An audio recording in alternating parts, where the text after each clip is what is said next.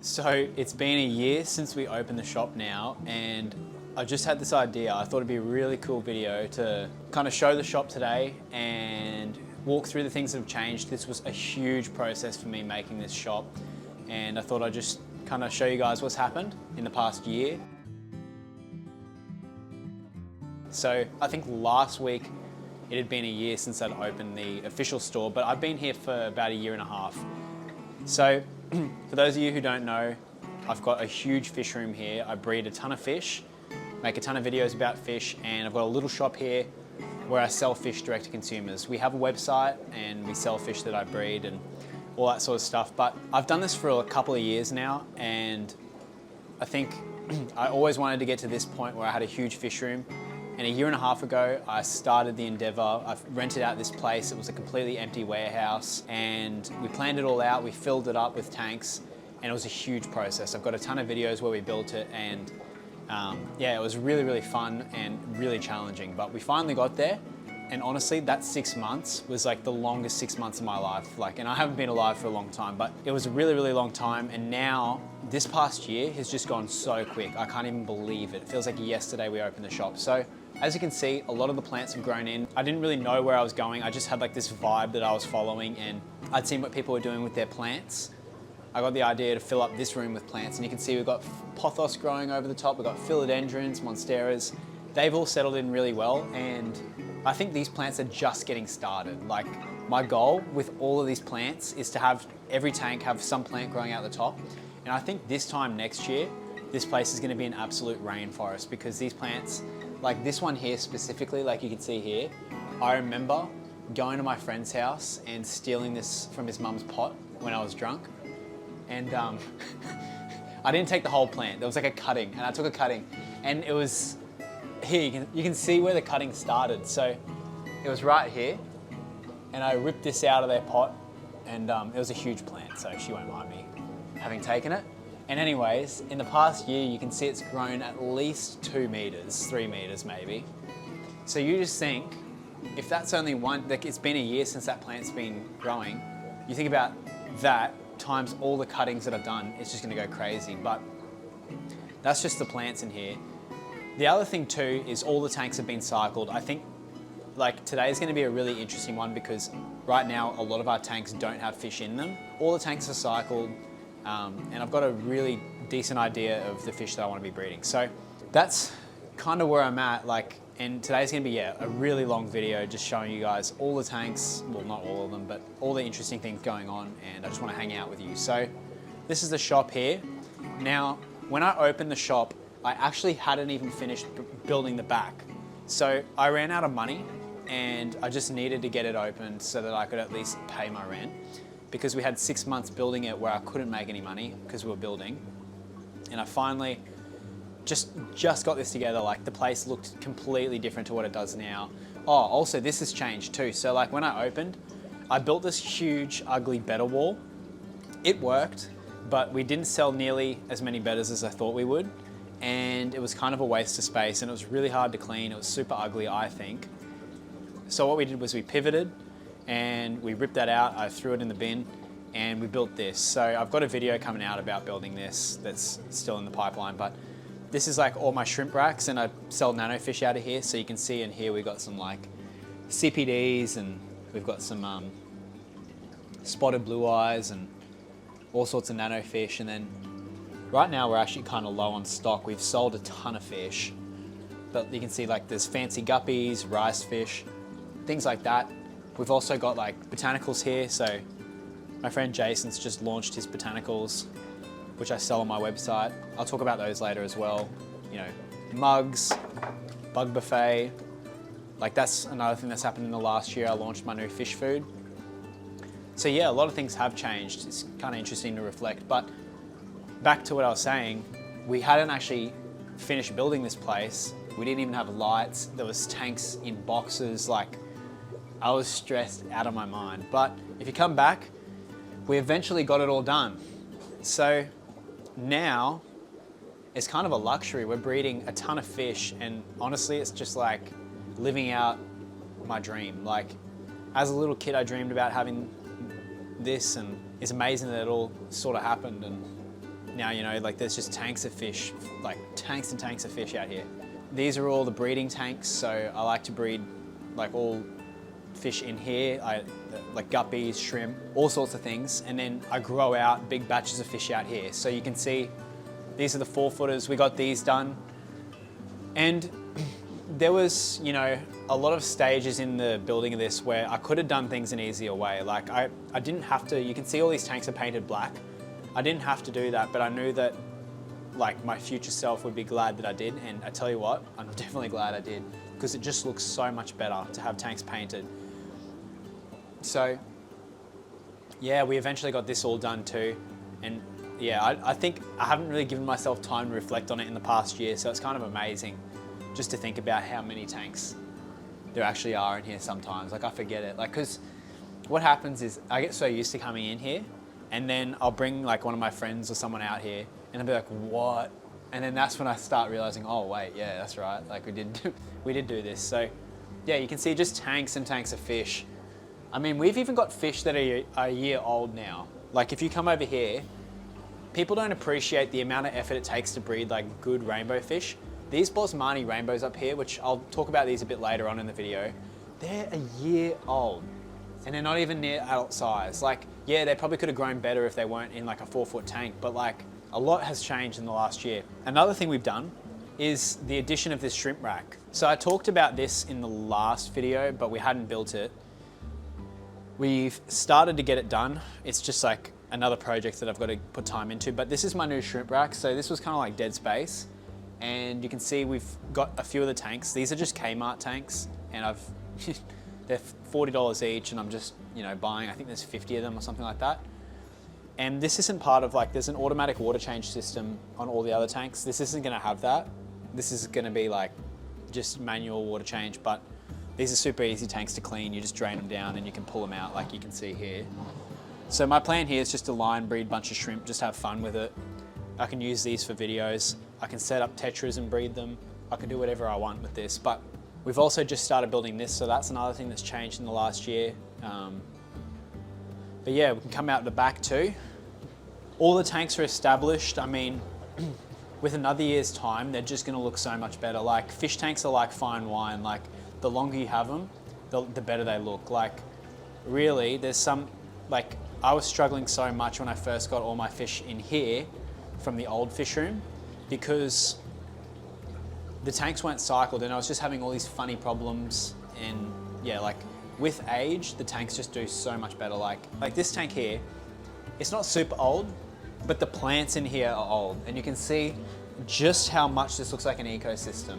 Like it just really benefits with time. So like my theory is, in another year, all of these plants, like all the little cuttings you see around the place, are gonna be huge like this, and all the tanks will probably look like this, and it'll be super cool. So yeah, a lot's changed. This is gonna be a really fun video. So I reckon what we're gonna do is, I'm gonna show you guys kind of like the morning routine here. I haven't fed anything, and I wanted to like kind of just like walk you through what we do here. So when I come in, the first thing we do is turn off the brine shrimp. Today is this one. I'm experimenting with these Zis brine shrimp hatcheries. I'm not sponsored by Zis or anything like that. They look like a good product. I made these old school ones and they've worked for a little while, but the wires keep rusting out, so I'm throwing them out. But if you want like a DIY hatchery, these work really well. But so we normally do that, and I let it settle down, and then what I'll normally do is like look around the fish room and just have a quick look while that brine shrimp settles, make sure everything's okay. Just like, you know, enjoy the fish room. And then when that settles, we'll go ahead and feed it. Another thing we did in the last episode is we made fish room coffee, and I got a lot of people saying buy a coffee machine, pour the milk in before you pour the water in. You know what? I don't care. The fish room coffee is fish room coffee. I mean, I'm not buying a coffee machine for the fish room. Like, that's the last thing we need. So we've got these gross mugs here. So we'll make a coffee while the brine shrimp settles down. Do you want a fish room coffee? Yes. You want one? All right. Same as last time? Bro, it's kind of grotty, but you get to a point where like here, like nothing's gross to me in the fish room. But then like I go and see other stuff. Like, I don't know, like like, I don't know, like fish poop doesn't scare me, but dog poop's like a whole nother level, you know what I mean? Like, I don't know. I'm just talking shit now. Literally. All right, the secret stash. Ready? Coming close.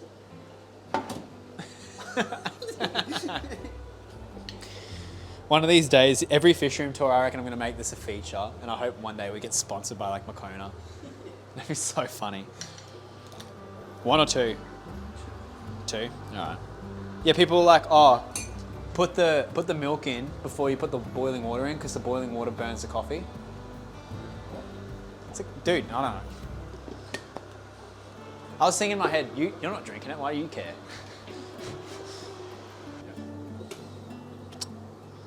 Water first.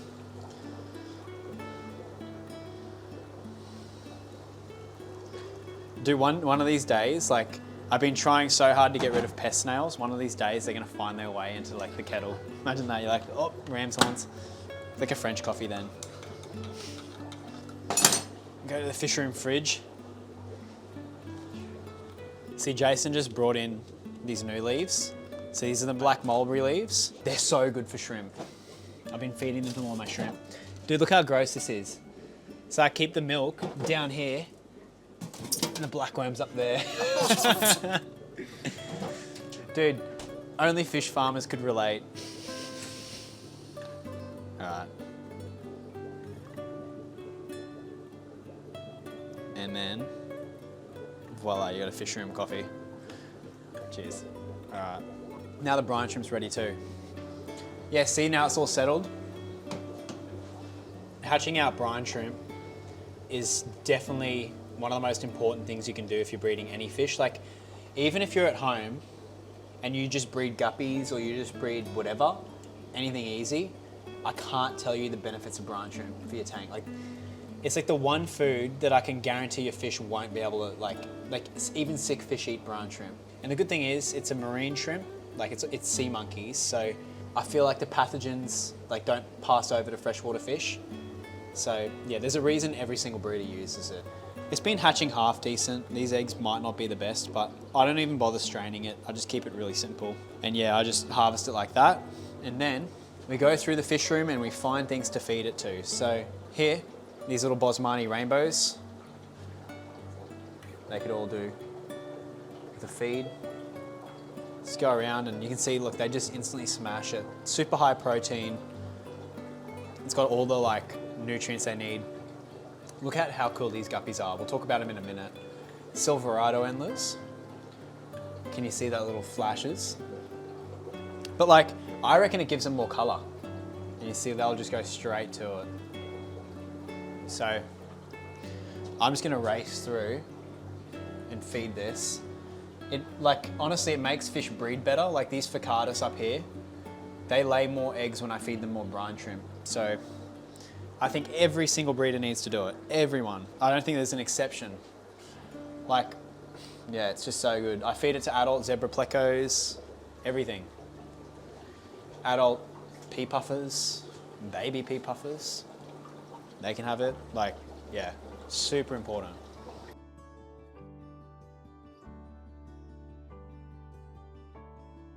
So feeding here does take me a while. Like normally each day I probably spend, if I do the feed, probably spend an hour to an hour and 20 minutes just feeding the fish, which is okay, like, cause obviously it's a good opportunity for me to look at everything, but it does take a lot of time cause yeah, there's a couple hundred tanks. So this is how I'd normally feed if they're like, if I was in a rush. So I'd be like, boom, boom, boom. You do pick your speed up a little bit. Like, as I kind of become familiar with what needs it. They need it. But yeah, it does take time. Look at that, record time. And then they can all have it. There's a lot of peas in there, so sweet. Then the next step, to reset the brine shrimp, Just quickly give that a rinse off. I use this sponge to clean the mugs. I'm just joking. Or am I? Yeah, yeah. This is like the day-to-day, like, I mean, you know, this is what we're doing here. This is when a dad would say, this is what you get paid the big bucks to do. And then we get the salt. I literally just use pool salt. I don't understand why people waste money on like expensive aquarium salt.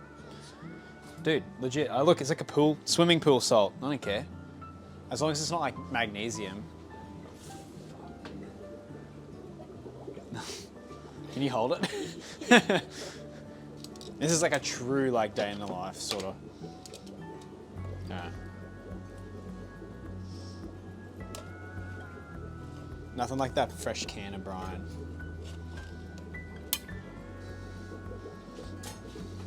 Sweet. And then I normally do like a couple of spoons. Oh, look at the spoon too. Lightning McQueen spoon. I'm pretty sure I used this spoon as a little kid to like eat my chicken nuggets or whatever. There we go. We'll set it back up. And just like that, the job's done. So what I'll do is I normally try and feed one in the morning and one at night, but at the moment my hatch rate's not been the best. I'm happy as long as I've fed brine shrimp once a day. So I might not, like, this one here is starting to look ready, so maybe this afternoon I'll feed this one if I feel like it, but if not, I'm happy to leave it till tomorrow morning and feed that one, because this one just does not look like it's going to be ready for tomorrow morning. Like, it's like, it could definitely use with a bit more heat. I think at the moment it's 25 degrees Celsius, so like I get the best hatching at like 28, but yeah, I mean, I'll have a bit of coffee and let's get into the tour.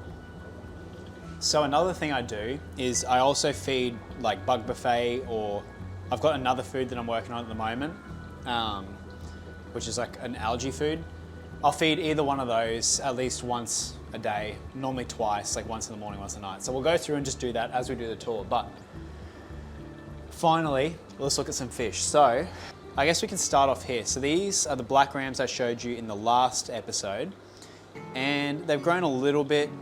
In all honesty, I don't know where I'm at with rams. Like, I'm happy about having black rams, but they have been so shaky. Like, and I haven't done anything to this tank. I've just noticed one or two here getting like a bloat issue and dying or whatever.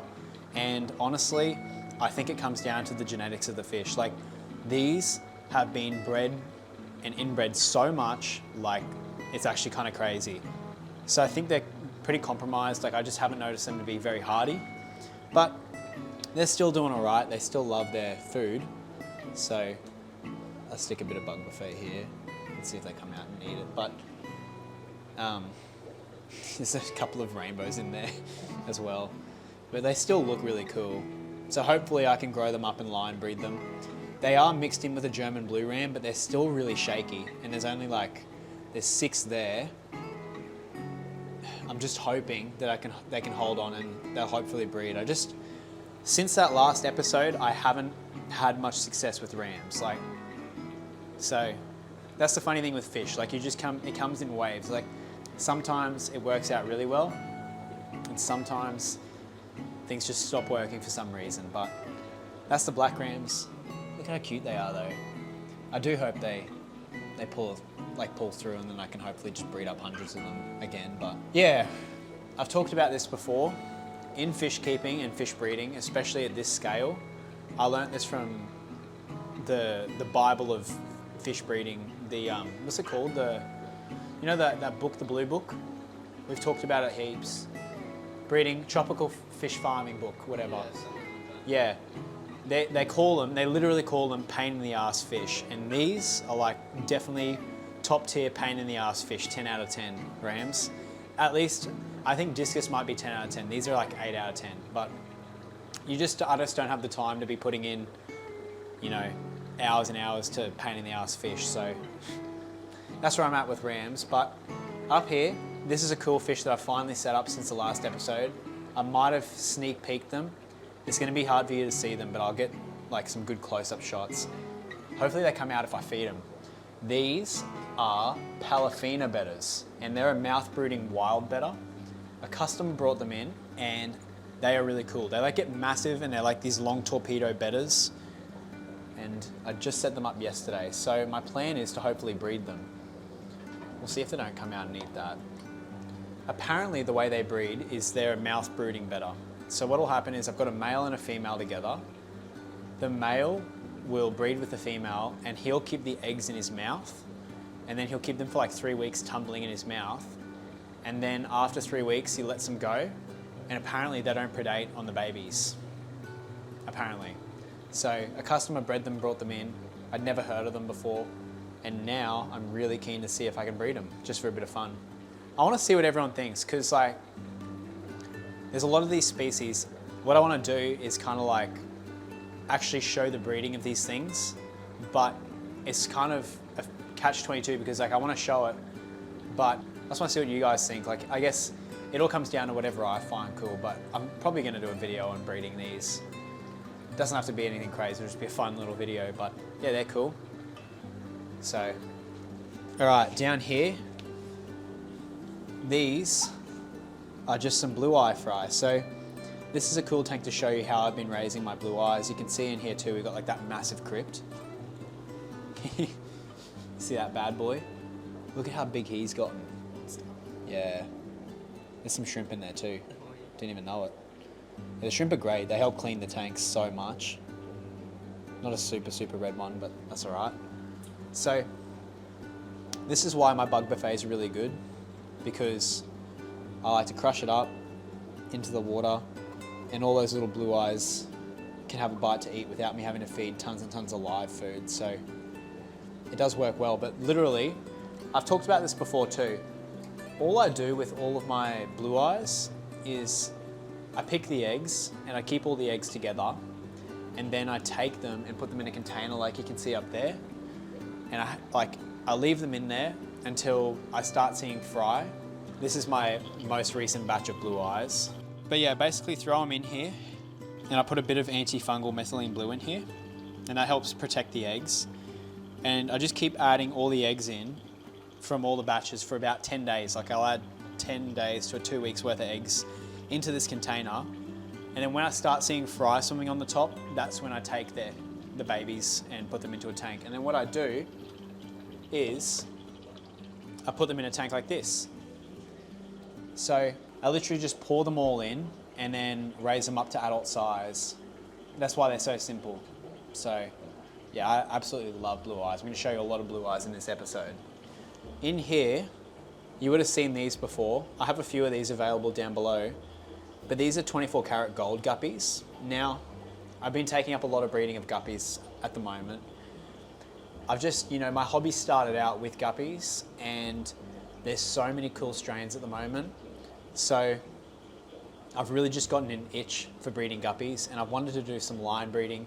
They're easy, I can breed a lot of them, and the way I've been breeding them is I firstly get a couple of pairs, I test breed them and see if they're breeding true, and if they're breeding true, I throw them in a tank like this with, I've got the big Vallisneria pot plant here, you can see, and there's like another one at the back. I even put some banana leaves in here, there'll be some shrimp in here. I basically just turn it into a little mini ecosystem and let the guppies go crazy. And once this is full of guppies, I'll just keep watching it, making sure there's no off throws in here that'll ruin the genetics of these fish. But I've test bred these, so the genetics are really good. And they'll just go crazy, and then I just sell out of this tank when I'm ready to. But you can see just how many babies have started to pop up. This is a really, really nice strain of guppy. Can you see them? Yeah. Yeah, there's a lot of them. There'd be at least 100. And I have to add a lot of hiding spaces because the parents do predate on the babies pretty bad. But this is why the bug buffet is good too. Look. I just smash it all up everywhere, and everyone gets to eat some. It's perfect. Yeah, super high protein, gives them all the color. Just the ultimate food for that sort of tank. See up here, these are a smaller, these are your younger blue eyes. So these are from a couple weeks ago, and they're a little bit smaller. So yeah, I would have just poured the eggs in here, and that's how I would have raised them up. So, give them a bit of food. But yeah, it's like a super simple process. Like all my fish, I just try and keep it like as easy as possible, because like the second it starts becoming complicated with 400 tanks, the second it becomes overwhelming and too hard. So, like I said with the guppies, I've gone crazy. I got them from my mate Matt, and I think Glenn did a lot of line breeding with these maybe, but they are a super cool strain. So they're similar to the 24K Golds, but they've got like this black spot in the middle you can see on the males. So the females are very similar, but the males have like a black middle. And yeah, I've been working on breeding a few of these up. I think they look really good, especially in the black painted tanks. So you can see I've just let them go nuts. I'll probably put a few pairs of these available online, but I just don't have enough to be selling a lot of them. So yeah. But like, yeah, all my guppy tanks, I add a bit of banana leaves or some kind of botanicals. There'll be some shrimp in here. And then I'll add like some floating plants. So this is like hornwort up here, I think, or foxtail. And you can see it's growing really well in this tank. And then I'll also add like top plants as well. So like exterior plants up here. See that one? Yeah. It's called an alocasia stingray. And look at the leaves. Yeah. How nice does that look? Yeah, it's like a stingray. Yeah, I'm amazed how well some plants grow in fish tanks. Like look, it's sending out new leaves, and yeah, the leaves get huge on this baddie too. So that helps to keep the tank clean, and it sucks out like a lot of the nitrates, and also it's gonna form like a huge root ball, and that's where the babies can go and hide as well. So it's like just mimicking nature, but like on a controlled setting sorta. All right, so on the theme of guppies, we'll come up and have a look at these. So in here, these are unicorn guppies. When I first heard of them, I thought like the name was kind of bullshit. But with unicorn guppies, for it to be technically like a good unicorn guppy, it needs a red tail, like a blue, like purpley body, and then the white dorsal fin. They're breeding true, but they're not breeding to like AA grade quality. They're still like medium grade. So if you buy a pair from me, they're gonna be like good, but you're still gonna have to do what I'm doing with these. So what I did, I took a trio, put them in this tank. The females dropped all of these babies, and as they've grown up, I've been taking the females out. The second I see that there's a genuine female in there, before a male impregnates her, I take the female out and I put her down here. So you can see there's like female guppies in here. So what that means is that all those females are carrying the genetics for unicorn guppies. And then what I can do is select out my prize male. So like in here, the best male that I can find once these are all grown up, I'll take him out and mix him with like the 10 best females and do the same process and the same process. And eventually we'll get really A grade quality guppies. They'll get more solid colors as they get bigger. So we talked about this tank before, but in here, we've got more guppies. In here, these are the Santa Claus guppies. So they have been throwing out babies for me, but these are terrible fry eaters. So you can see why they're called Santa Claus guppies. I mean, red, white, like they look like Christmas. But you can see, like in the back, there is a few babies, like up in the roots and that. But like, I've had them breed quite a bit for me, and honestly, they, like the first couple of batches, they just smashed all the fry, and it's so annoying. And even like, I've been trying to like figure out how much I need to add, like hiding space wise. This is how much, just for the babies to even have a chance. So they're really good at hunting down the babies and eating them. So I will get these breeding out eventually, but yeah, it's like kind of funny. Like guppies are really easy to breed. The hardest part's getting them to not eat their own young. It's kind of ironic, but yeah, so it's a cool tank. I mean, this is a cool tank to look at. All the live plants, all the roots, the little dwarf chainsaw down here in the pot. I'm slowly getting this to grow out. You can see all the immersed leaves have died back now, and it's chaining along the bottom. But there's also a bristlenose pleco in here that loves to eat these leaves, so he's been going to town on them too. But this will eventually fill out. Yeah, see that little bugger? I've also got the fire red shrimp in here, but I can imagine that these are probably equally as good at eating shrimp as they are at eating their own babies. So I haven't seen many shrimp. Kind of annoying. There's a couple. See the fire red colour? Yeah. Yeah, there's like 5 there. But yeah, I don't know about babies in here. Like, they'd be eating all the fire red babies. Santa Claus guppies. Alrighty, so here we've still got the same things as the last episode. In this tank here, we've got the super red rams that I've been working on, and this is like kind of good because now you're gonna get an example of why they're called super reds. So come to the front. These, like, they have like that red body. See there? But they've actually been fairly annoying for me lately because I haven't been able to get them to breed like properly for me. So this always, maybe someone in this video can answer this for me, but this always happens with my rams. I set up a tank, just as the breeders tell you, like 3 pairs or whatever, a bunch of tiles, and let them go. They'll breed really well for me for like 3 weeks, and then after that I never see eggs, but the females are laying. So I don't really know why, I don't know what's happening, but it is fairly annoying. But I don't know, what I probably have to do is like take out a bunch of fish and mix around the pairs and get them to breed again. But like, there's something about it, they just like kind of quit breeding after a couple of weeks. So yeah, see the red on him? Oh. They also go skittish, like they get scared of me because I keep pulling their eggs out. I wish you could see it like in person through the camera, like, that's so cool. Rams are a cool fish, but you see that female at the back, like she's recently laid, you can tell. So it's like, where'd you lay? Like, honestly, they probably just ate all the eggs straight away. So annoying. Yeah, like I think what happens is they lay their eggs and then like when the lights come back on in the morning, it freaks them out and then they eat them. Because I've come in and turned on the lights manually, like when I've come in at like 5 a.m. and I came in the tank and they're sitting on a spawn eating the eggs. So that's just, you know, part of breeding fish. There's a reason they're expensive, and there's a reason they're at 8 out of 10, 9 out of 10 pain in the ass factor. So look at this plant too, I'm growing in the top. Mini Monstera. And I added this plant maybe 2 weeks ago, this cutting, and look, this has already grown out. It's growing lush. Took it out of my bedroom.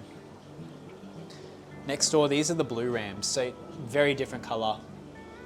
You can see like more of a yellowy base, more vivid black, and a blue undertone. They're starting to look really good. In all honesty, like, yeah, sometimes these look better, I think. Like these are like the most famous ram.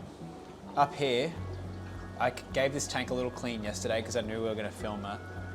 These are the 134s. And I still haven't had any breeding yet, like for a long time. Like remember I got that random spawn? Yeah, so when Sarah bred them, I still haven't had any action. They look cool. I'm just gonna keep trying to breed them and see what happens. I think like with all of these tanks, like I've talked about it in the last couple of videos, it's literally just a process of leaving them and then seeing like if they breed. There's things I could be doing, it's just I don't have the time. Like, a lot of people would be like, oh, do this and feed that and feed that. It's like, yeah, I could do that, but I just don't have the time. Like, they need to just kind of like, I just need to leave them and get lucky and they'll eventually breed, like, when it all goes right. But you can see there is babies in here. They had like a little batch of babies, like maybe 6 months ago. So that's kind of cute. Yeah. But yeah, just no eggs, or like if they have had eggs, they've been eating them for sure. My plan is to just like leave those babies to grow up for the next couple of years and maybe they'll breed again. And like, I'll just have like a little population of them going. I mean, I love the fish, so I don't want to let them go, but yeah. So, in here, a few things have changed since the last time we've seen each other. So, I finally, somehow, got female Connier blue eyes. So, I feel like I've almost finished the collection of like the most typical blue eyes. So like, besides locales, like you can, there's thousands and thousands of species of blue eyes out there, just because in each little puddle along New Guinea and Australia is like a different colour morph of blue eye. But like as for species, I think I've nearly got like most of them. And these were one that I was looking for a while. So these are the Conniers. You can see they are a really cool one. Very, very rare. Like I haven't seen these in a shop ever in my life. And like, yeah, they're honestly pretty rare. What happened was they're so rare that like a lot of breeders, I think, gatekeep them. And I bought 10 and I got sold all males. So then what I did was I got my friend to buy some and order them to his house and he got females. Yeah, so we got them. Yeah, so I got, yeah, because they see the address or whatever and they think, oh, screw them. But we ended up getting them and they've actually started to lay eggs for me, which is so nice. So the reason these are cool, they're a New Guinea one, and I've shown you the Facatus. We'll look at the Facatus later in the video. Facatus like yellow-orange. These ones have like blue. Well, I think it's blue. I'm colorblind though. They look like kind of blue. Yeah, so like blue and yellow. But yeah, like super rare. You don't see them, is what I'm saying. So let's have a look and see if there is any eggs. But like there's that one male in there has just been going nuts trying to breed with those females. So there was eggs in there the other day too. But like, it'd be cool to see if there is any. Yep. Oh, nice. Yeah, see? Yep.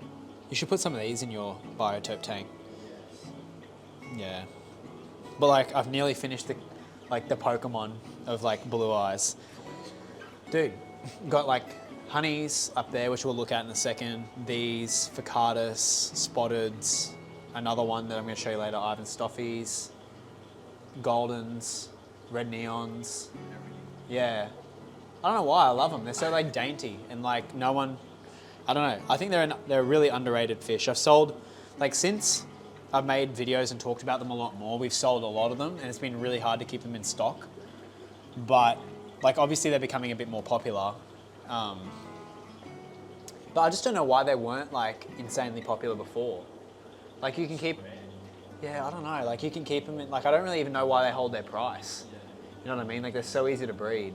So yeah, it's just an interesting one. I reckon it might be like, I guess they're not like neon tetras where you can just batch spawn them.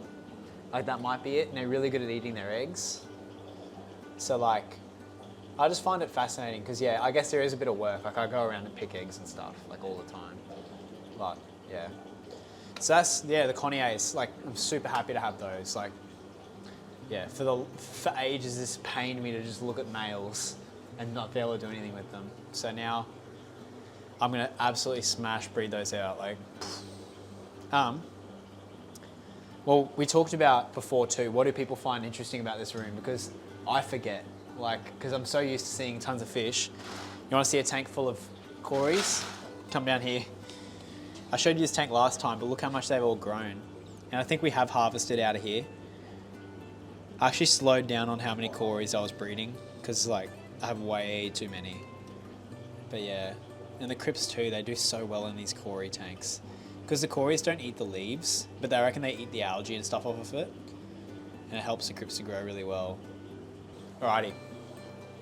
So, up here, these are one of the cooler, I've said this about all the blue eyes, but these are like, I think, I don't know, across the world, surely people have these, but it would be hard for them to get because they're endangered here, so, and they're so protected. But for a long time, we weren't allowed to sell these. These are the honey blue eyes. So you were allowed to keep them, but you couldn't sell them. And they changed the rules, so now you can sell them. So I wasn't breeding them because I didn't want to fill my room up with fish that I couldn't move along. but now that you can sell them, I'm like breeding them. But they're really, really cool. They're super skittish for me, which is annoying because like if I come here and look at the tank, eventually I can see them, like I can see them right now, but for filming it's so annoying. So we'll get some cool shots of them. But they've recently started to lay a lot of eggs for me too. They like their max size is like this big, like 3 centimeters sorta. And the males get this awesome gold color and they look like honey. And the black and the white looks like a bee. So it's like, they're really cool. And they lay golden little eggs too. But here, look at this mop. There you go, little golden eggs. Oh yeah. I gotta go through and harvest these, but how cool. Another part of my blue eye collection is those honeys. Jason was the one who gave me those too, so he had them in his pond, because like, he wasn't breeding them for any money, so he just had them sitting out there, and he gave me a few of them too, so I'm super grateful for that. I mean, we've shown these tanks before, but let's have a look at them again. No! It's a pond snail. Oh. Dude, that's so annoying. How do you get in there? I'm trying so hard not to have pest snails in here. It's so hard. I don't mind, like, see these mystery snails? Like, they don't bother me because they don't overproduce and they do a really good job cleaning the tank. And you can tell where they are at all times because they're like gold, so they stand out, right? I don't mind having them, but those pond snails annoy me so much. Look at them, they're going nuts. Like, it's hard to show on camera just how many there are.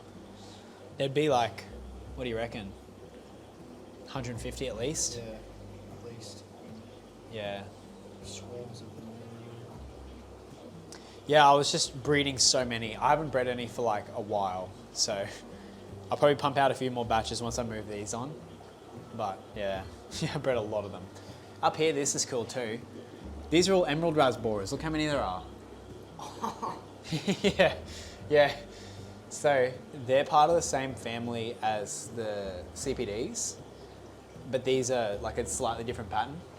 And apparently they can crossbreed. But you know what's funny? I've got a colony of these going. They don't stop breeding for me. Like always find babies. But my CPDs, I can't breed them. So like, look how many of these I made versus my CPDs.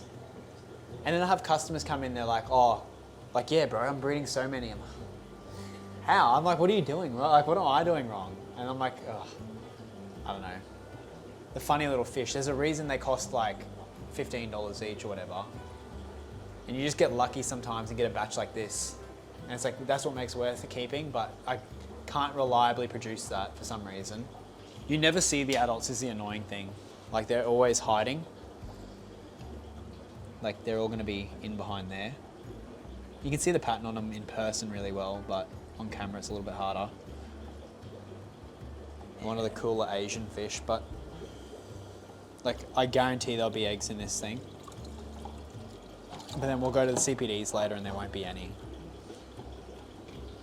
So like, they come in here and they lay all their eggs in amongst this spawning mop. And what I do is take the mop out, like that. Yep, eggs, see them all? Like heaps, probably like 30, 40. But then like, none in the CPDs. Yeah, we'll go dump this in a tank out here. So, the same as I do with the these blue eyes, I just dump them in a tank. I don't bother like trying to do anything fancy with them, and they all raise out fine. So I'll just put them in here as eggs. And well, you saw the results before. There are some babies in here too, but like they're like honestly like eyelashes. You'll never see them. I mean, while we're on the topic, I'll show you, like, we'll go check the CPDs. There won't be any eggs, I guarantee. Like, it's so annoying. I don't know why. I want to kind of talk about it in case someone has an idea. But look, in here, right? Look how many CPDs there are. I doubt they're eating all the eggs. Like, you'd at least see one, but I'd never see an egg. So come and check this mop. Please be the one day there is eggs.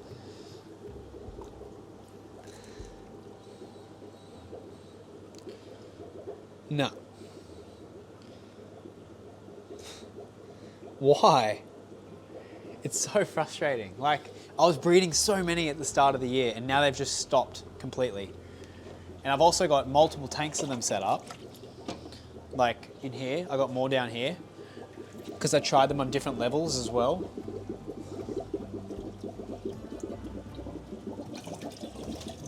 Ready? There won't be any. Oh, there's parents in there. There's parents in there. Probably just sitting in there eating all the eggs they're about to lay. Oh, that's a promising sign. But there's no eggs. No, there are 2 males in there. They probably just laid and now they're eating all the eggs. When things work, just appreciate that they're working and try and be in the moment because it can all be taken away from you in a second. Look, I even set up this tank. I haven't got any eggs out of here yet either. No. Oh no, there's fry. There's heaps. Damn. There you go. That's cool. But wait, guess what? They're emerald rasboras, not CPDs. They're emerald rasbora babies. We'll dump them in the same tank. I mean, I'm happy to just breed emerald rasboras, but I do want CPDs again. Anyways, we're way off topic now. I just wanted to see if they were breeding, you know. That's cool. All right, back to the show. So yeah, anyways, that's how I breed these. I mean, these ones breed a lot for me, but yeah, I just can't get those CPDs to go. So like I was saying, when something goes well, like right now, enjoy it, because like it could be the other way, and these will stop breeding and the CPDs will fire again. So yeah. So like, you know how I was talking about the rams before, not breeding? These are doing it to me too. So these are the gold balloon rams. Like put them in, 2 days later they spawn and then they don't spawn again. It's so annoying. So hopefully I can get them to spawn again. They probably just need a bit of TLC. Like, you know what I mean? Like I think the fish honestly know when you're not giving them the attention. They're like, I don't really feel like breeding for you today. Cause like, you know what I mean? You need to put the effort in. But on another note, look how good it's going. So we've talked about this one heaps. There's like at least 150 longfin bristlenose in here. Look at them, man. There's also what are they called? Red lizard whiptails in here. Should we try and look for them? Yeah. Yeah, I was trying to. In there? Yeah, I threw just a pair in there, but I haven't seen any babies yet. So I don't know if the like babies are going to be breeding. I mean, if the whips are breeding yet or whatnot. The tube of shit. Nothing in there. Normally they breed in stuff like that. Yeah. You see how much they love the banana leaves though. Yeah, this is the type of tank you'd never find your red lizards in again. And look at the mess now. There's so many shrimp in here too. I've just messed it up now, you're not going to see them, but like, when you look at it normally, there's so many shrimp. It just shows you, like, everyone, I get all these comments, a lot of people coming in the store and asking, I've got like 10 neon tetras, 10 this, 10 that, 10 that, can I put this extra fish in? I'm like, you're not understanding it. Fish keeping's not maths. Like, there's no like algorithm for like how many fish you can have in a tank. Maybe someone's got like one out there, but like honestly, it's just the art of understanding ecosystems and like, yes, this tank's like completely overstocked, but it still works. Like, you know, the peace lilies out the top growing and you can see them up the top. There's a philodendron on the other side. Dude, honestly, this tank's doing so well that this has still got nutrient deficiencies. Like, it's not growing properly. So like the shrimp are working so well at like decomposing things. Like, yeah, it's just like balanced, like just works, you know? So yeah, those questions annoy me so much. I'm like, you're not getting it. You're not getting it. That's not the idea. Like the idea is like, look at your tank. Does it look like it could have another fish in it? Yes, okay, do it. You know what I mean? Like, I don't know how to describe it better. Up here, this is another cool strain of guppy I've been working on. So this is just the pair. I was given these by Nat, my guppy friend. And the female's not crazy impressive, but look at the male. They're called red grass. So there's a blue grass and a red grass. These look better, I reckon, the red grass guppies. But yeah, they're like super cool guppies. I've gotten probably like 30 babies out of it. So I'm just test breeding them to see if they're breeding true. If they start breeding true, I'm just gonna let them go bananas in here. If you want to see a lot of fish, come down and have a look at here. Yeah, I way overproduced panda cories. I went nuts. Look next door too. Ready, like under this crushed coral? No, not there. Maybe behind the filter. It's too dark, but yeah, there's like heaps. Look up here. They're all like the longfin ones and whatnot. Oh, the worst thing happened to me the other day. I had a spawning mop. We'll go and have a look at it. All right, so these are like the cory breeding tanks, but it was this tank. These are the worst for it. So in here, these are the trilineatus cories. Dude, I went in to like get the eggs out of the mops because you can see they lay their eggs in these mops. Like there's actually eggs in here now. But see that little bugger was hiding in the mop? Like I'll lift out the mops and there'll be like a cory wedged in one of these mops. So I wasn't paying attention and I grabbed the mop and I squeezed it to get the water out and they got the spine and the spine jabbed me and it hurt so much. Like it was like kind of like a wasp sting. My whole arm went numb because like the venom got in me and it hurt so bad. And what was funny was I got my cousin who comes in, he doesn't know anything about fish. He helps me clean the tanks and that. And I purposely made him empty one of the cory breeding tanks and he was moving the fish out of the net. He's like, ah! And he got stung. He's like, why didn't you tell me? So I was just waiting for you to find out. But yeah, so there's a trilineatus. I've got a lot of cories at the moment, but we'll probably just skim past them. These are the similis, talked about them a lot.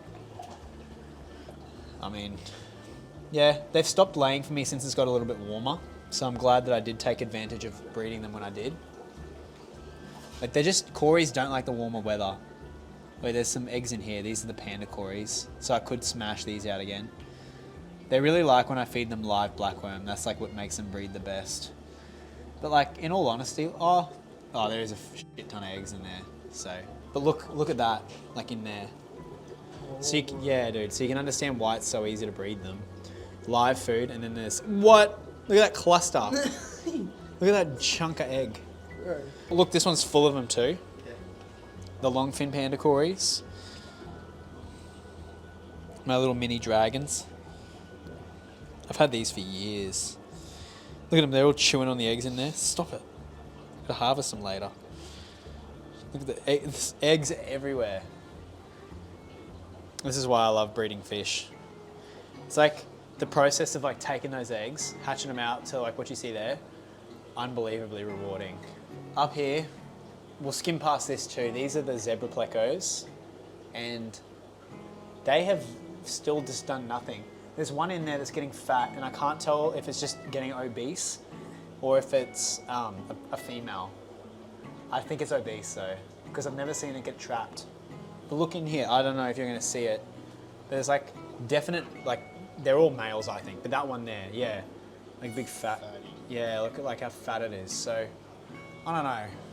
It could be a female, but they just, I had one trap and one the other day, like a male trap. I think it must have been another male because people don't realize that like you have to be careful when you breed pleckies, especially like these aggressive ones. Males will trap other males just to kill them. So it doesn't mean you got a female just because you've had trapping. This is a cool tank. This is like a massive group of baby pea puffers. Look at them all. Up the top corner. See them all? Yeah, so what I've done is I'll take, like I've got an adult group of pea puffers here, and what I'll do is take them and like put all the group in here, breed them, take them and drop them in another tank and all the babies will come up.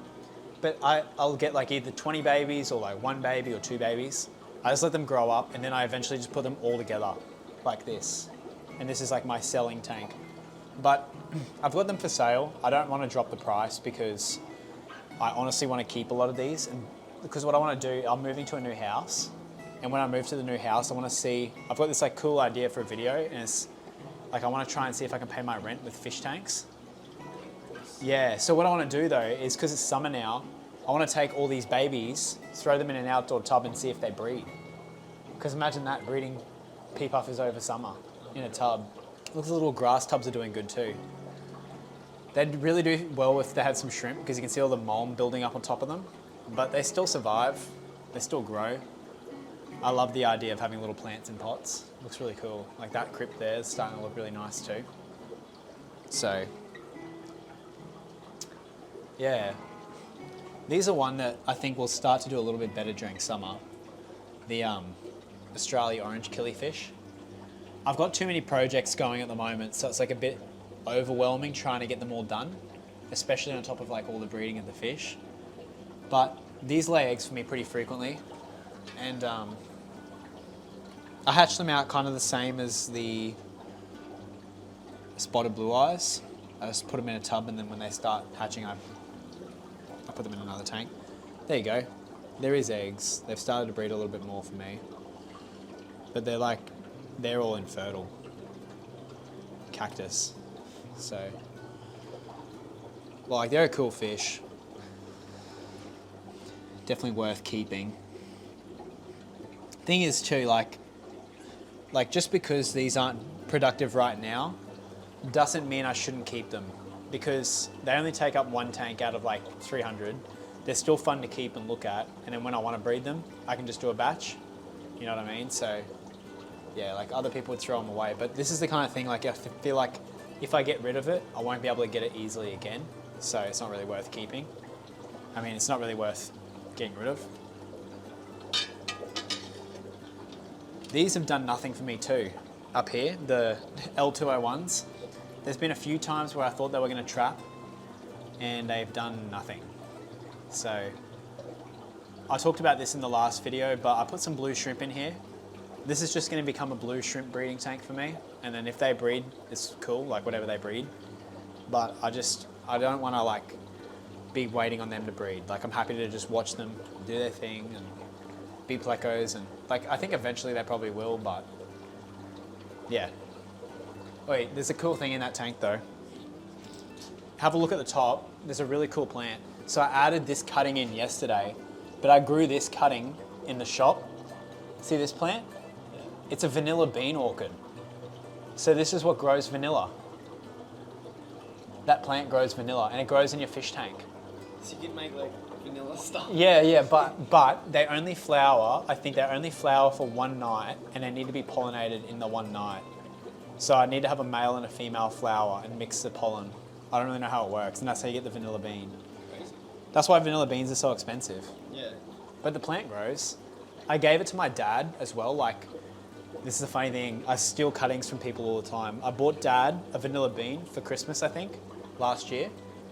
And then there was this huge cutting on it. I just went, put it in the fish tank, and now that one's grown off of it. But Dad's has gotten huge. Like took up a whole trellis. So, but his hasn't flowered yet. But like, you know how I was just saying with the shrimp, you want to like keep them, like how, you know how before, like I was saying with these shrimp, this is a good example of me doing that, like turning this into a shrimp breeding tank. If you look on that banana leaf, they've really done a good job at eating it down, but this tank has turned into a like yellow shrimp breeding tank, and the 397 plecos in here, if they breed, they breed. I don't really care anymore because I'm getting at least some shrimp being produced out of this tank. Before he runs away, there's a baby pleco there. So they have been breeding. Look at the shrimp all over that. That's why those banana fronds are just so good. And see like all that like tissue in there, they just get in there. It grows like a nice layer of biofilm, and they just go to town on it. And the plecos love it too. It's so good for them to just like help with their digestion, because it's all that roughage. So I reckon over summer, these will go nuts. But yeah, and like imagine this plant, like how much nutrients that one's getting in a year's time. Like imagine if this whole area is just like filled with plants. That'd be so cool. These are Bosmani rainbow babies, and I just wanted to make a point for anyone watching this video. I used to breed the rainbows in 2-foot tanks, and a lot of the rainbow fish that get larger actually breed better out in the 4-foot tanks. These babies in here are 4 months old, and I've been feeding them heaps, and they just don't grow. I've got babies out in the other room which are a month old, and they're bigger than these already. You can't get the turnover you want, and yeah, they just don't do very well. I mean, they still survive and they don't stunt, they just don't grow really quick. So that's part of the reason. Like if you could take these babies and throw them in an outdoor tub, they'd be adults in like a year. Like they'd be like huge, but. So up here, see how similar these look to the Conniers? This is like 2 pairs of the Ficcatus. So they're very similar to the Conniers, but they're like yellow. And the Conniers were like that bluey color, remember? Yeah. So this is just another one of the blue eyes I've been collecting. These are my F1s. We oversold blue eyes and I had to sell out of my breeding group. So now I've got to build the breeding group back up, but that's fine. But they're a really cool one. I mean, you can imagine just how good they would look in a planted tank, those males. Yeah, they look like insects with their little antennas, hey? Like insect looking fish, I don't know. But I love these Silverado endlers. What I'm gonna do is take these and put them in the Kmart tanks because they'll probably breed really, really well and just have like backup colonies of endlers just because it's too cool to not have them. And yeah, they love the bug buffet. I've been trying not to talk about it too much because I talk about it every episode, but honestly, it's such a good food. Like I use it on every single tank here. This tank, remember last time I thought there was no babies? It's had the explosion. There's heaps of babies in here now. So these are the Hillstream loaches. I made a video on these previously, and I did not realize how easy these are to breed. Like they're so easy to breed. They love the leaves. So you see on that leaf, there's a baby. Oh yeah. Yeah, dude. All you do is throw them in a tank with rocks and they breed. That's literally it. The only catch, I think they take about a year to get sexual maturity. So they do take a while to grow, but once they grow, they just don't stop breeding. Because they've gone to town on that one. Yeah, like that's why it's so important to buy botanicals for your tanks. Like, imagine, like you just don't realize how much that's helping the tank. Like for food and biofilm and all that sort of jazz. But yeah, there is babies all throughout here.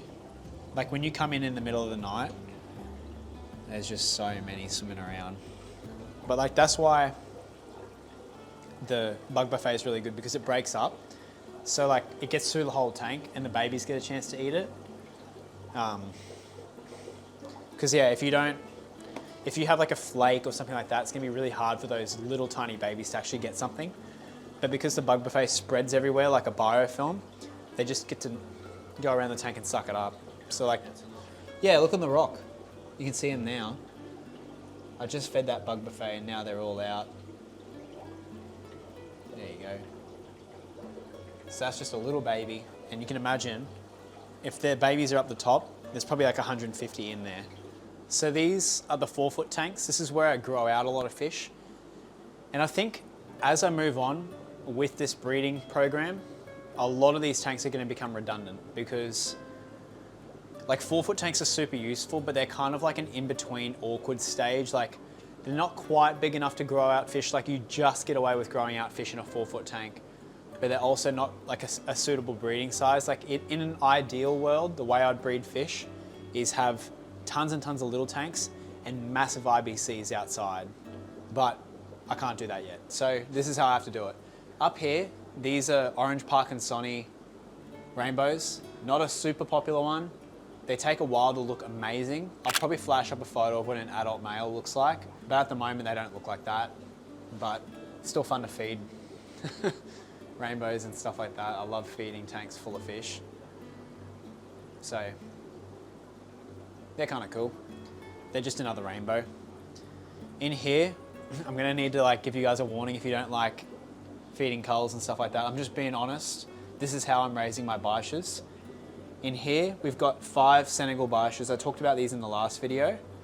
There are some culls in here, and I have been feeding them culls. Whether you like it or not, I don't really care. But you can see how much they're growing. Like, they're getting huge. So these are such a cool fish. They look like little dinosaurs. Look at them. They're like definitely fatter. They're filled out. Yeah, they're not like little worms anymore. Yeah. They're starting to look like dinosaurs. Here, we'll get some good pellets for them. Ready? I love watching them eat. That's like one of the funnest things to do here. So we'll let those sink to the bottom and see if they come out. The Last Supper.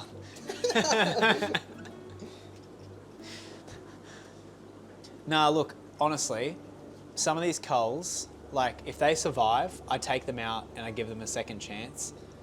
It kind of irons out the weak ones. Oh, see like this fish here, like that one's actually not that bad. Like he's sellable, right? Like I could sell that.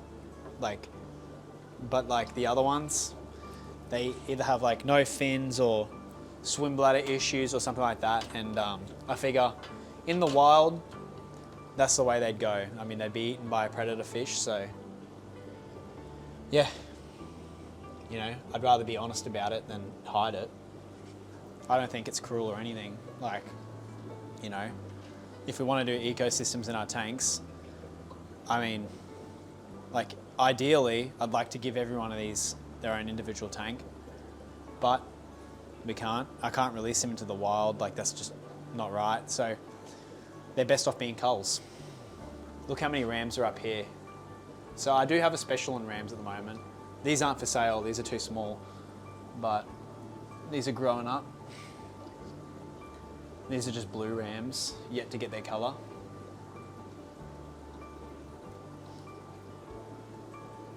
There's like a few different age groups in there. I just mix them together. It saves tank space. I don't mind having them all together. It's pretty cool looking though.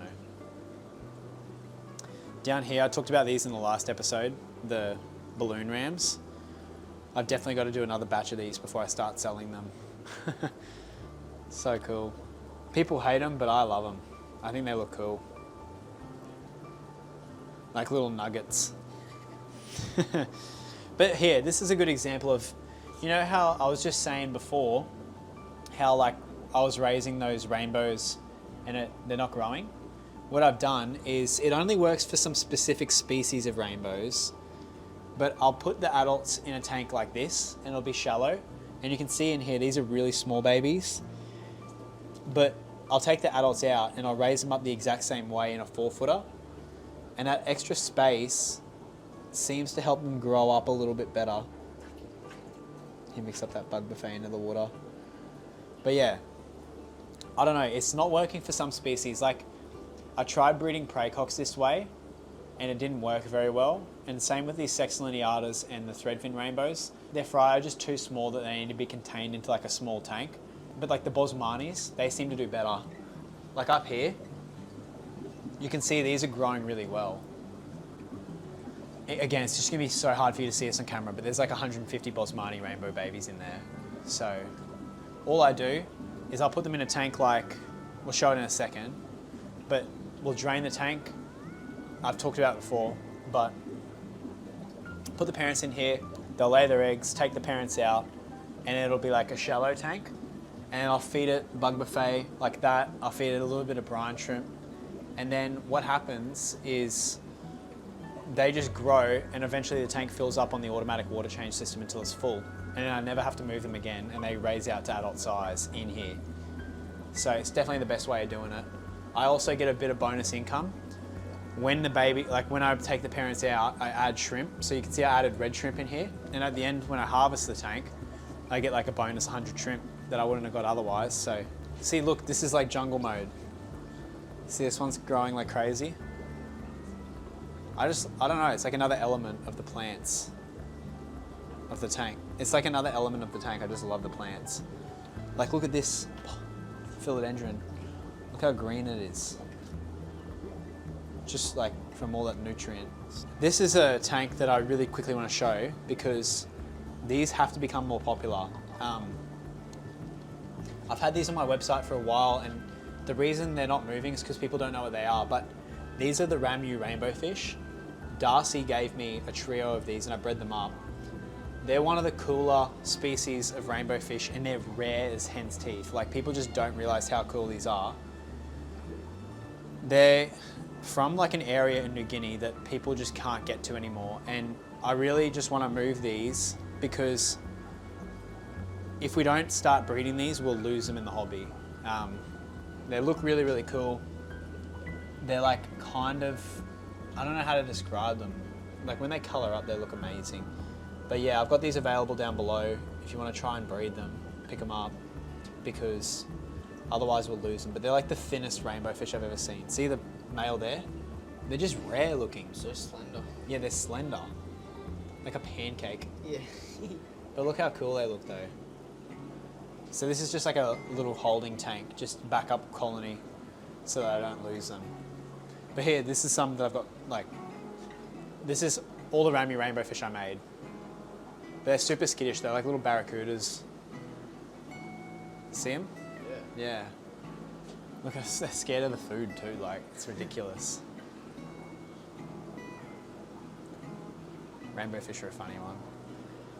But yeah, hit that up if you're interested. The other thing I do have a special on is angelfish. I've got so many angelfish right now. We're doing like, I think 6 for 25 bucks. Super cheap. So just mixed angels like you can see in here. I need to move them on, but they're still cool.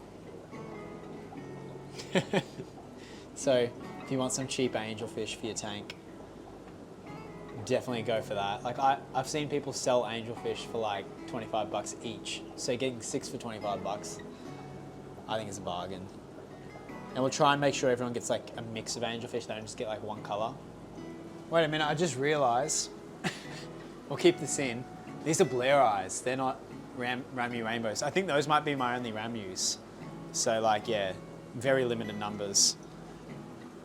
I only just realized that because of the label. That's why you have to label your rainbows. I spelt Blair eye wrong, I know. I just put it there. So here's how I've been raising the rainbows. And see how these ones, they're 3 months older than the rainbows in the other room, and look, they're already bigger. I mean, they're 3 months younger, and they're already bigger, so yeah. It's just, it works really well for Bosmanis and turquoise. Like, if you look down here, the turquoise are even bigger. But yeah, I just can't get the Praycocks really to fire in the tanks, but the Praycocks breed well in the 2-foot tanks, so yeah. But don't you love that? Look at the baby tears. Or no, it's not baby tears, pearlweed. Look at this. So this is why we have a special. Look at them all, they just stick their faces out at me. Look at this plant. The silver pothos. Look how massive that leaf got. So just, yeah, it's gonna become a jungle. It feels really good too, it's like velvety. But look at that, it's massive. Give them some food too. Yeah, houseplants in the fish tank is just such a good idea. Everyone should do it. Look at the roots coming down on it too. It's just starting to come down. This is another one here, like a little plant cutting that I stole from somewhere. Just growing. People think I'm a thief. I don't steal them. Like, I normally ask people, oh, can I have a cutting of that? I just say steal for the effect. Yeah, look, so this is a tank full of Praycocks. And what I do with the Praycocks is I normally, now, like, I tried breeding them in the 4-foot tanks. They're not breeding well, so what I'm gonna do is what I did with this batch, and you just take the parents and move them from 2-foot tank to 2-foot tank, and raise up like batches of like 30 to 40, and then put them all in a 4-foot tank like this. But they'll go nuts for the food. It's got to be my favourite tank. Yeah, man, definitely. Like, look at them. Where do you see that? Like, no pet store's got that. So, like, even other fish breeders don't have that, you know, like, yeah, it's like, That's kind of why I like the 4-foot tanks, because they're sort of displays. Look at this. So in here, this is a strain that I've test bred and now it's breeding true. You'll be struggling to find a male guppy in here because I added about 15 females and my one stud at the back. So he's gonna fertilize all those 15 females. I actually have a few of these available down below. They're the snakeskin gold lace guppies. But my plan for guppy breeding is to take a tank, like to take a strain, get it breeding really true to the stage where I'm like happy with it, and then take them to a tank like this and just go crazy and make like 400 of them. So these will go nuts in here. You can see I'm doing the same thing here with these golds. So I'm happy with these golds. Like these males look really nice. Wouldn't you say? Yeah. So I'm just gonna like go to town with breeding guppies. And look how I label them. I showed this last time. Mass gold guppy. And look. Mass snakeskin gold lace.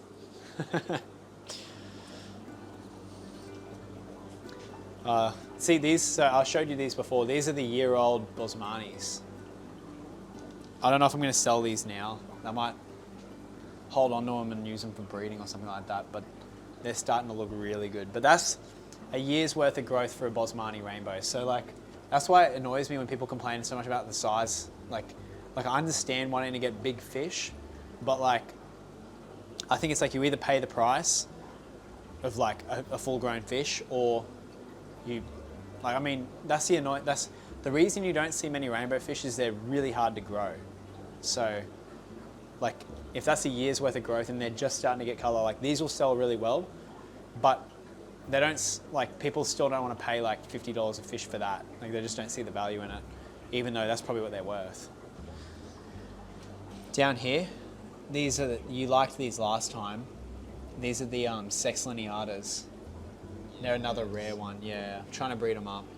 They don't look that great in this tank, but they get that the gold green color with the pink lips. There you go. They're starting to look really good too. I hatched these out from a mop.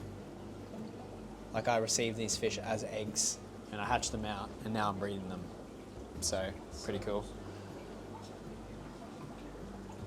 We've also got the $5 Aquariums still available. You want to know, this is actually funny for people to know. So, guess how many Aquariums we sold for $5? I looked at it on the website the other day. Just take a guess. Hundreds? I think it was 376 Aquariums. So, and look how many we still have. This is only one tank of them. So, Didn't even make a dent. no. And they're starting to get massive. Down here, these are the thread fins. So I'm gonna have to move these to a 2-foot tank as well. They're just not breeding properly for me in these 4-foot tanks. I think it's hard to keep the fry fed, is the main thing.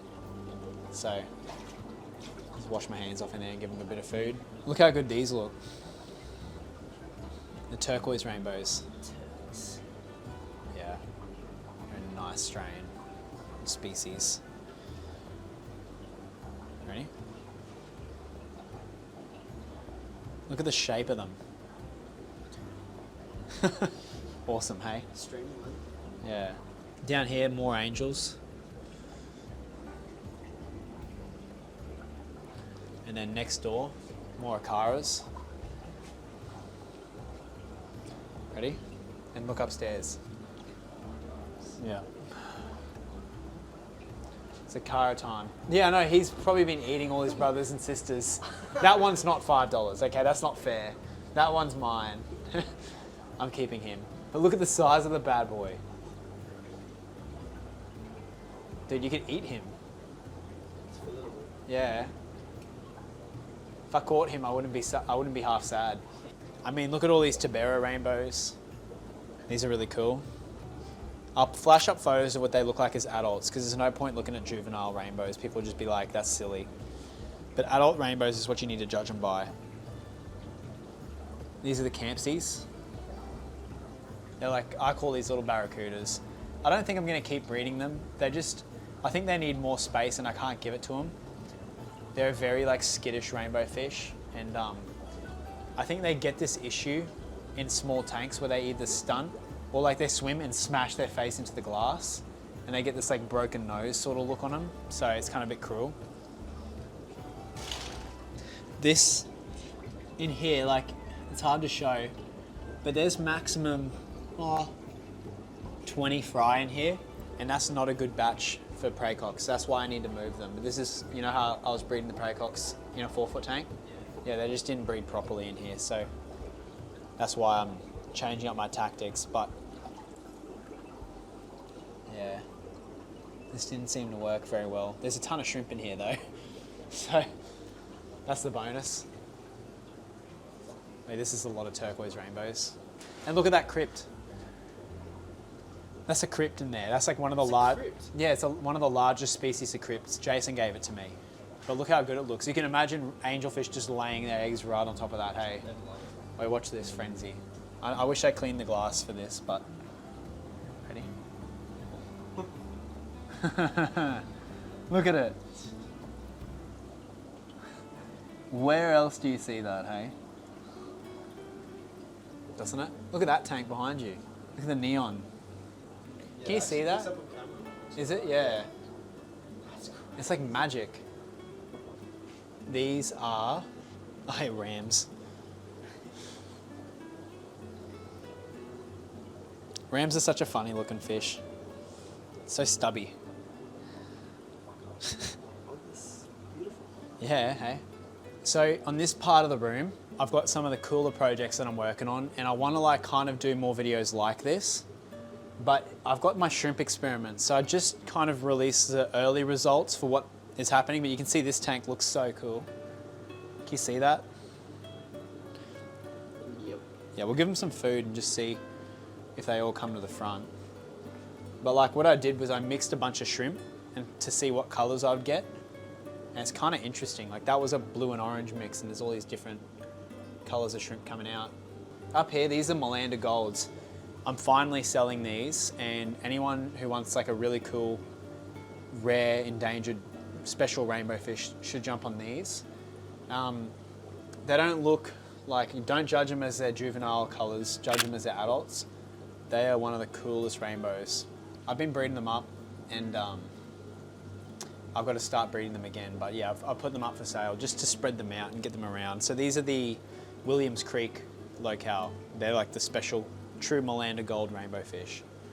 There's like a little baby batch here too. See the rabbit snail?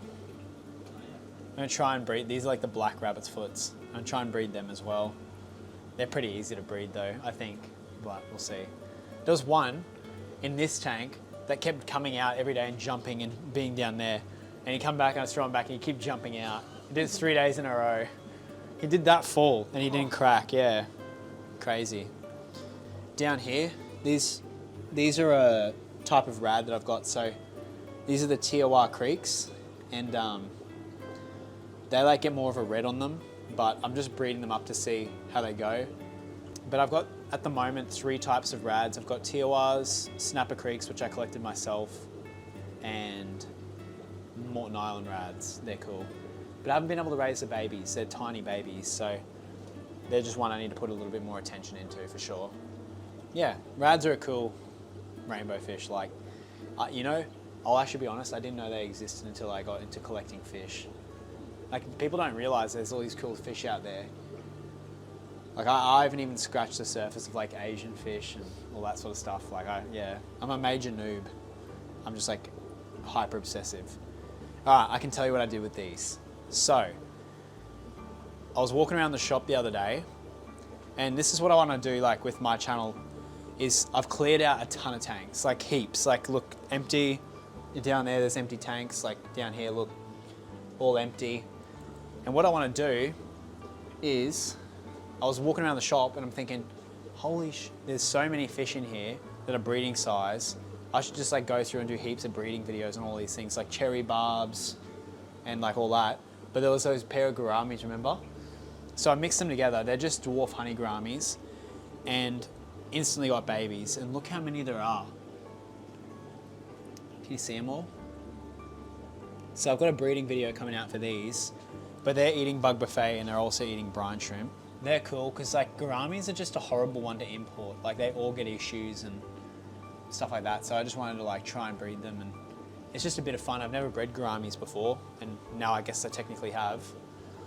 But the parents are over here. So I have in here a pair of golds. So there's the female, right? No, well that was the female. There's the male.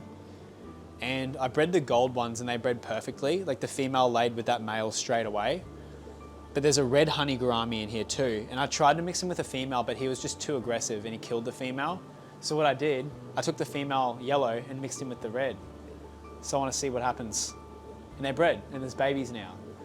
Oh. Yeah, so I wonder whether it'll be like all reds or a mix. So that'd be kind of interesting. Yeah, or if they make like yucky looking ones or... But yeah, that was kind of a cool project. We've shown these before. These are the spotted blue eyes I collected. I've been smash breeding those out, like so many. The Ubanangi swamp, I call them, I've got a video collecting them. I call them snow whites. It's complete. A bit of mayo on top of the icing on the cake. They're just spotted blue eyes, but they're cool. I've got like a sentimental attachment to these fish now because I collected them, so. These I've had, these refuse to die, like refuse. I've had this line of fish since I started keeping, like since I was back in Mum's kitchen. These are the blue star endless, and you know what, I was like, screw it, I'm just gonna keep breeding them. So I got these like ages and ages ago, and for some reason they've always just found a way to keep breeding. And I went back to my old room, which I'll show you guys at the end of this video, we'll go and drive there. And there was still some in a tank, and I was like, no way these survived. They were just sitting in the back corner, and I was like, you know what, let's honor them. And now I've decided to breed them up. So they are a really cool looking endler. They got like the blue on them, the black and the yellow tail. French blue star endlers.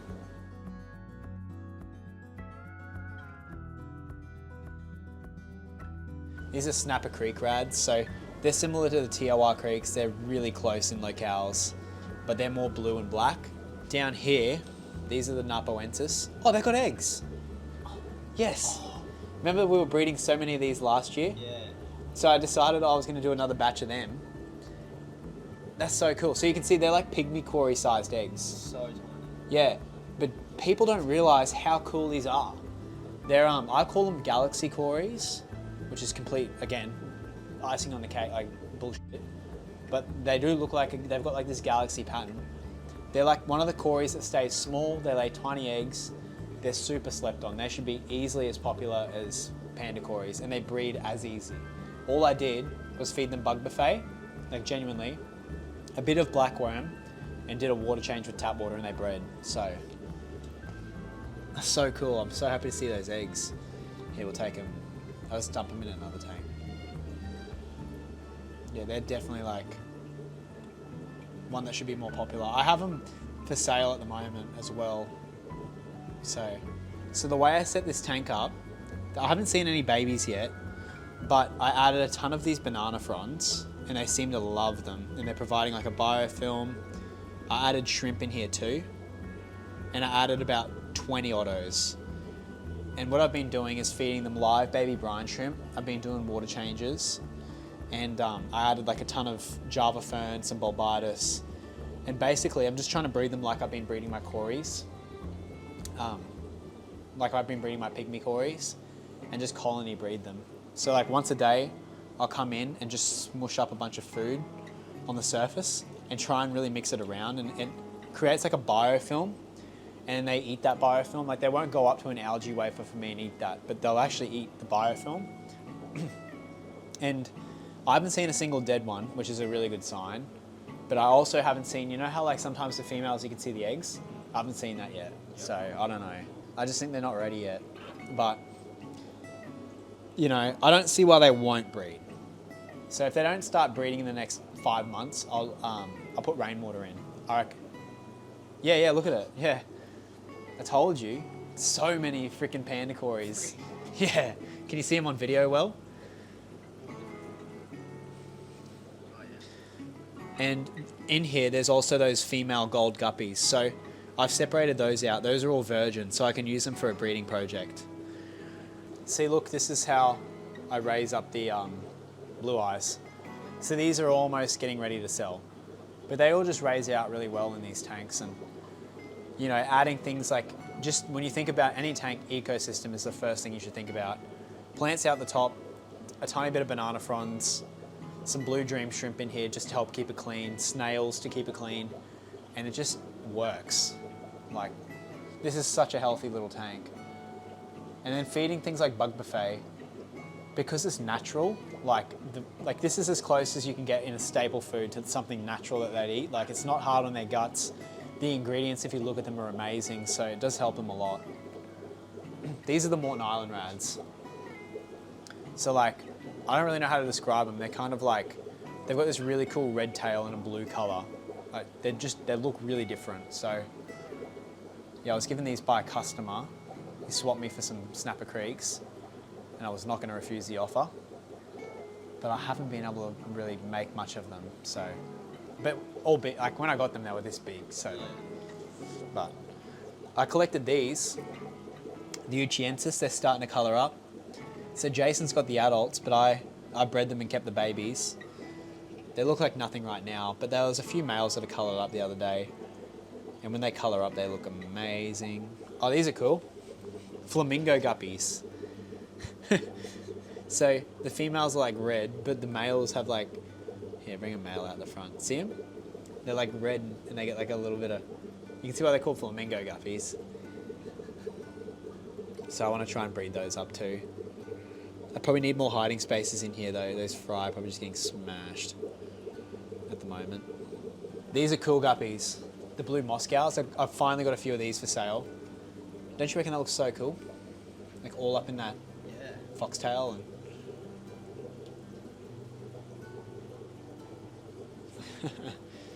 look at them. Isn't it? Looks super cool. So I don't know how many strains of guppies I got, but I've got a fair few. I just think they're like, I don't know, I got a feeling like that's what I want to be doing, so I'm making lots of guppies. These are cool guppies too, the Tiger Kings. Remember we saw these at Glenn's?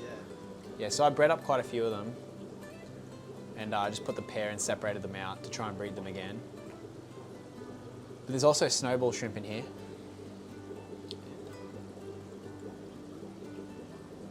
So, like a backup group of snowballs. And that's the mother plant for all the crypts in the room. Yeah, so Jason gave me that. He was growing it out in his pond. He says, oh, you can just have it. So I took it. Another cool guppy strain. Red-tailed Dumbo ears. So wait for the male. See him? Yeah, cool, hey.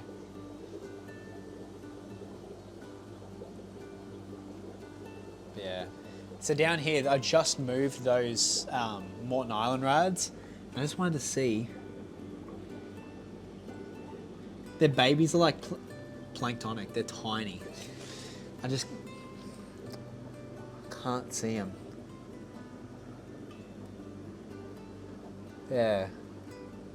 I don't know. I probably need some green water or something like that to get them going. Frustrating, but whatever. Up here, I didn't wipe the glass down, but this is how I've shown this tank in previous tours, but this is the pygmy cory breeding tank. So what happened was, like with all fish, I think like it's the same with the hillstream loaches. I had like heaps of these, and the tank was filled. Remember that? Yeah, and that was so popular. I had like customers like the whole weekend come in asking, oh, do you have pygmy cories? And we got down to like 5. And now they're slowly building their numbers up. But there's eggs all the time in here. But honestly, I think every single shop, like every single aquarium shop out the back should have a pygmy cory breeding tank. Because like they're just, honestly, literally all I do is that and change the water, and there's shrimp in there. And I don't even have to breed them. They don't eat their babies. So they're really, really easy to breed. I've definitely oversold these, and I should have taken that 100 and set up 5 tanks with 50 in them and just let them go nuts. I should have taken that 100 and set up 5 tanks with 20 and just let them go nuts. These are cool. the Cairns rainbow fish. So we talked about those last time. These are almost getting to breeding size. They're one that I'm going to put a bit of effort into. We collected them and Jason took the adults. I think he's going to give me the adults back to try and breed them again. But like these are almost breeding size too. See, this is another one of the golden, this is another one of the blue eye collections, the golden blue eyes. So they're super skittish, but very cool. Look, they've even had a few babies survive in here. So that's what bug buffet does, because it breaks up, they actually get a chance to eat it. But yeah, here's the red and yellow mix. They're too small to even film, but like you could see these. Look at when I bounce the. Yeah, so they raised them up. And here's another little breeder trick. Like, so I talked about banana fronds for like the first time in the last episode of this, like going just talking in the fish room. And something I didn't realize is there's like a sugar or something in the banana fronds, and when it breaks down, it creates infusoria. So by adding it to tanks like this, it actually creates infusoria, and like they eat off of it. So it's like a really easy hack to like raising up fish. Use the banana fronds, antibacterial, breaks down for shrimp, makes biofilm and infusoria. It's like magic. And this is another one of the collection, the Ivan Stoffies. So these have the bluest eyes out of all the blue eyes. Have a look in there. So I just got these from Finn from Atlas, and they're laying eggs for me now finally. But I don't know how to describe them. They're like kind of like a Ficcatus slash Luminatus. And they lay pretty big eggs. I haven't collected these today, so.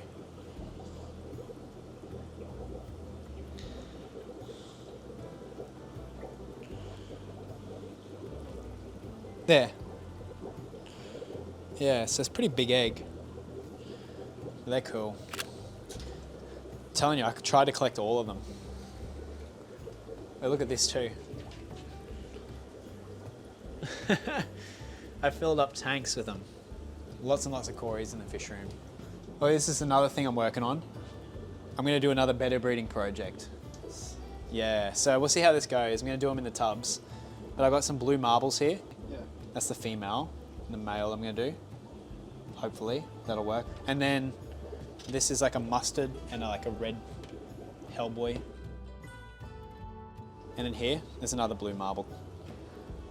So that's the blueberry koi. Look at him, bro. Blue rim. So it's not like a crazy cross, but that's the fun thing with bettas. It's like, the reason we've got all these cool colors, they're so easy to cross because you can completely control what you want to get. Like, oh, I want to mix black and blue, like, you know? Yeah, so these are the metal snakes in gold lace that I have for sale. There's very limited pairs right now, but they're cool. I'm also going to do the neons again. Look how fat these females are getting. Females. Abbreviating things that shouldn't be abbreviated. Oh, up here, these are the bluegrass.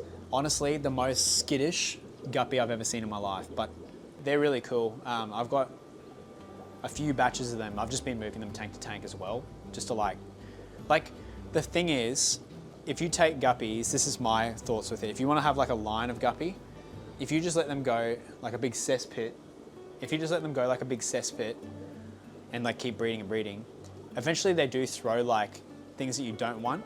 Like that might throw like just a back like genetic thing. And if that mixes in, then it starts to spoil. So like if I take them out and then I can watch the batch that they've let go, I can really like look at that and take out the ones I don't want and control it. It's definitely a way better way to do it. I don't know if I'll keep breeding these. These are like platinum kois. I just think I've got too many strains of guppies. So I'm just kind of holding on to these. There's babies up the top, but I'm not really too sure where I'm at with these ones. Like, you know, you have to just breed the things you really are interested in. Otherwise you won't do it properly. Like these I'm interested in, the dragon guppies. So I've moved these tank to tank as well. I've got babies on the other side of the room. But look at the water lilies too. They're starting to grow really well, aren't they? Yeah, super green. Yeah. So they must have hit the root tab. Yep. But I want to see if, like we were talking about last episode, I want to see if they hit the roof of the water. And even, imagine if they send out lilies in the room. Yeah. Be sick. Apparently, I think it's this type of lily. If you eat it, it's like opioid effect. So maybe on one of the tours, we should eat it at the start and see how we feel at the end. And instead of ending at the other fish room, we end at the hospital. Talking about the other room, should we just go there now? Yep. All right, let's do it.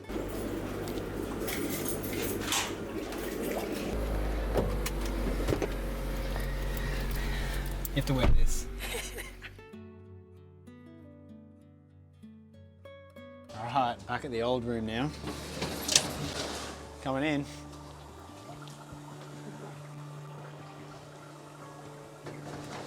So, you might have been wondering, there's a wasp in here now. I hear you, right? You might have been wondering what happened to the old room, and not a lot. I actually kept it, and I've secretly been using this room to breed shrimp. So, I haven't got it all set up, but my goal for this room is to turn it into a shrimp breeding room. So, I don't want to breed like crazy shrimp. I don't want to spend any time here. All I want to do is come in here once a week and throw banana leaves in the tanks.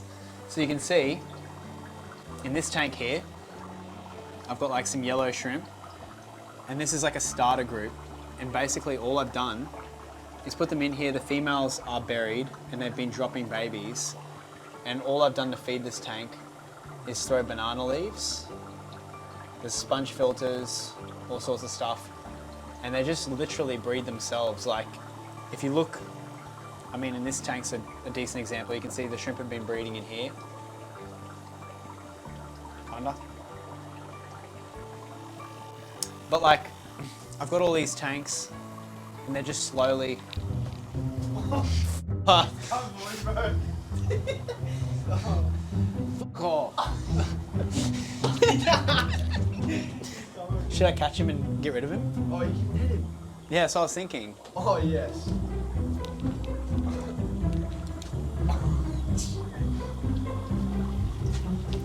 Oh, he's gonna be pissed. He's gonna be pissed, bro.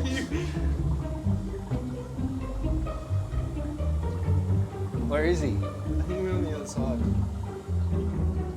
No, he didn't. I don't want to hurt him. I just want to get him out of here. Nah, he'll be fine. Just keep an eye out for me. Yeah. Alright. Anyways. It's like, look at this tank. Oh. Yeah, so these aren't like anything crazy. These are just like clear shrimp, but they've been breeding really well. And yeah, my plan is just to turn this into like a little shrimp breeding room. So, I'm just nervous to go back here.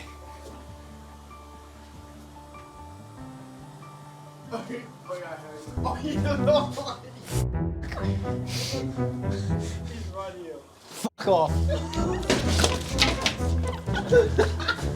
Where is he? That little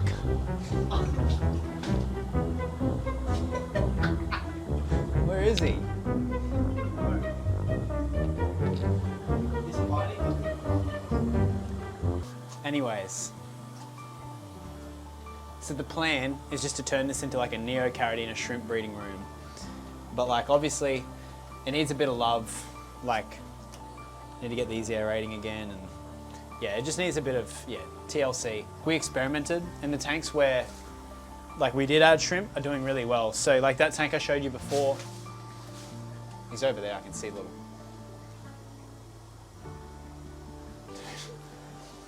Dude! No, it's a mosquito.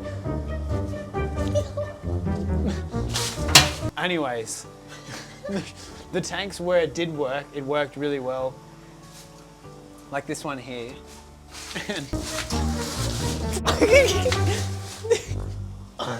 Where'd he go? The tanks where it did work well, it worked really well. Like this Blue Dream shrimp tank. Yeah, and now we've got lots and lots of Blue Dream shrimp babies. And yeah, it's just like an easy way. I didn't want to waste the room, and one day, if I want to move this dude, this is such a weird ending to the video. One day, if I want to move this equipment, I can take it to my next room and use it there. But for now, yeah, I'm just leaving it like this. So, yeah, kind of cool. Just a little shrimp breeding room. And it just shows you how easy shrimp are to breed, hey? Yeah, you don't need to like do anything special. So, cool. All right, most random ending to the video, but that's what we're doing with this room, and I want to kill this wasp.